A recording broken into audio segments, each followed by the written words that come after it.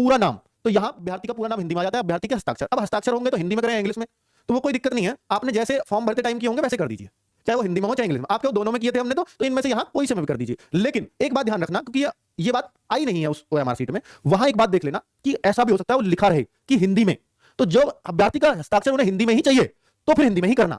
ये मत कहना कि किसी में भी कर सकते हैं, अंकित सर ने बोला था। तो क्योंकि यूपी के बहुत सारे पेपर्स में ऐसा आता है कि अगर हिंदी में हस्ताक्षर मांगे गए हो तो वो लिखेगा कि हिंदी में चाहिए, ठीक है, और नहीं लिख रहा है तो फिर आप किसी में भी कर दो, दोनों यहां मान्य होंगे।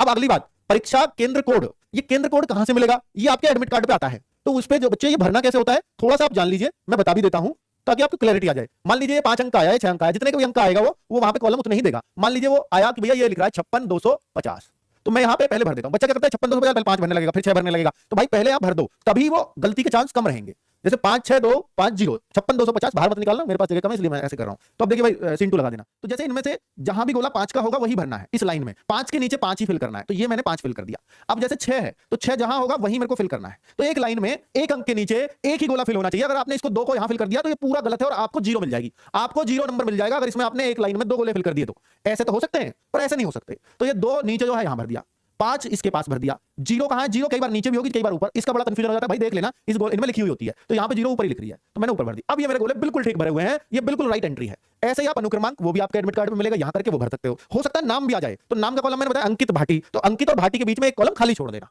ठीक है, स्पेस के लिए। तो फिर ऐसे ही वहां ए भर देना, एन भर देना, नीचे दूसरे कॉलम में के भर देना। तो भाई एक एक चीज इसलिए बता रहा हूं ताकि बहुत सारे बच्चे अनजान होंगे, ऑफलाइन पेपर दिए हुए किसी बच्चे को बहुत दिन हो गए होंगे, तो वो और ये आंसर ये ओएमआर मैं इसलिए भी दूंगा 10 तारीख को आपका एडमिट कार्ड आ जाएगा, इस ओएमआर पे इस बार का संडे का पेपर इसी ओएमआर पे करना और सारी एंट्री भरना पूरे एग्जाम की फीलिंग लेकर के, ठीक है।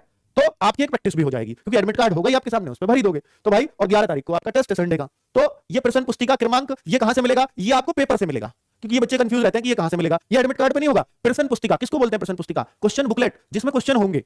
प्रश्न किसमें है? पेपर में, तो पेपर से मिलेगा। ये पेपर पे लिखा हुआ होता है, उसके ऊपर लिखा रहता है प्रश्न पुस्तिका संख्या, तो वो यहां पर डाल दीजिएगा, ठीक है। और फिर ये गोले काले कर दीजिएगा। पुस्तिका सीरीज ऐसी भी आ सकती है ABCD करके, या पुस्तिका बुकलेट नंबर भर दिया, और ऐसा भी हो सकता है सीरीज ऐसे भी हो सकती है 1 to 1 करके आ जाए, 111 करके आ जाए, ऐसी भी हो सकती है। तो ABCDEFGH अगर ऐसी आई है तो इनमें से एक ही गोला काला होगा, या तो आप पे होगी या बी होगी या सी होगी या डी होगी, कुछ होगी।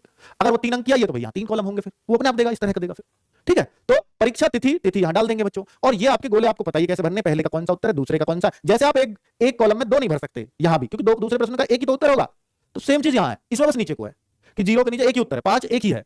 अगर ऊपर इस कॉलम में 2 5 भरता तो 2 करते पड़ते मुझे इसमें, ठीक है। तो भाई मैं 2 थोड़ी भर सकता हूं, एक कॉलम में एक ही अंक लिखना होता है।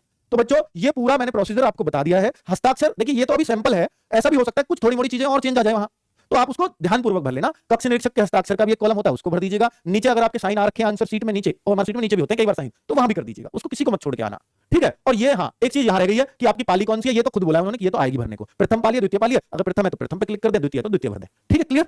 चलो तो भाई ये मैंने आपको बिल्कुल बच्चे की तरह समझाई है। अगर फिर भी आपकी कोई गलती हो जाए तो भाई अब तो भगवान ही मालिक है, क्योंकि देखो मैं इससे ज्यादा कुछ नहीं कर पाऊंगा, ठीक है। अब ये ओएमआर मैं आपको भेज देता हूं व्हाट्सएप चैनल के थ्रू, वो व्हाट्सएप चैनल से आप जुड़ सकते हो, ऊपर कमेंट भी पिन हो रखा है, ठीक है।